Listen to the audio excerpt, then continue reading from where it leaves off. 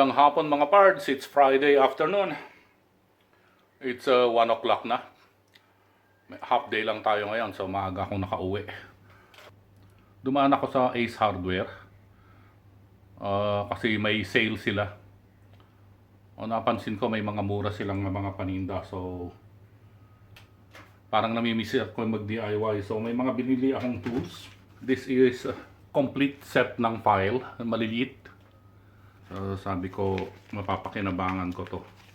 For the meantime, gagamitin ko muna siyang pang DIY. Dito lang sa loob ng room. Bumili rin ako ng long nose. Tapos bumili ako ng medyo malaki. Isang flat, saka isang round. Bukod doon, meron ako nakursunadahang maliit na vice clamp. Ito yung inilalagay sa lamesa. Ito, binuksan ko na dun po eh. Nakita ko maganda. 49 dirhams din to. May sale kasi sila. Kaya dumaan ako. Kinakabit lang sa lamesa yan. Clamp mo yun sa gilid ng lamesa. Parang ganito. Ipit mo sa gilid ng lamesa.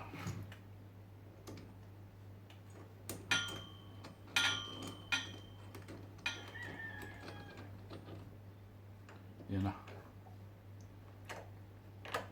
Pag nahigpitan mo na yan, may adjustment siya dito kung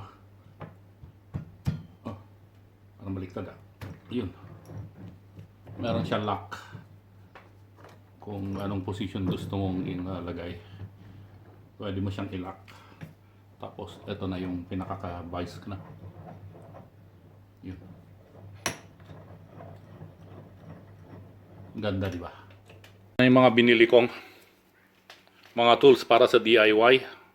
Vice clamp. Oh, parang ang laki ano. Oh.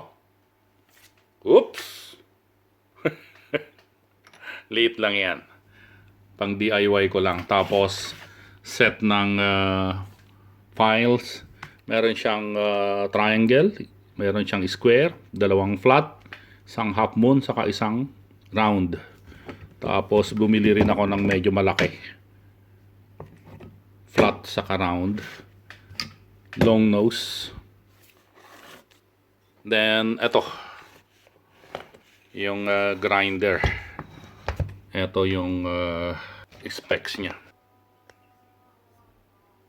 Yan yung pinaka-specs niya. Bali made in China. 220 volts. 50-60.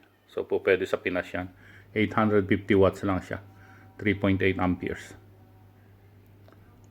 Ang RPM niya yan.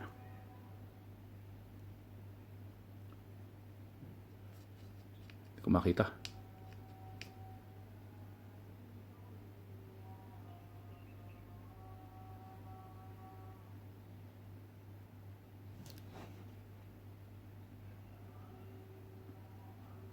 Thanks for watching.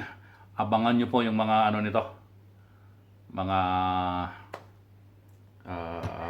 gamit nito. Yan.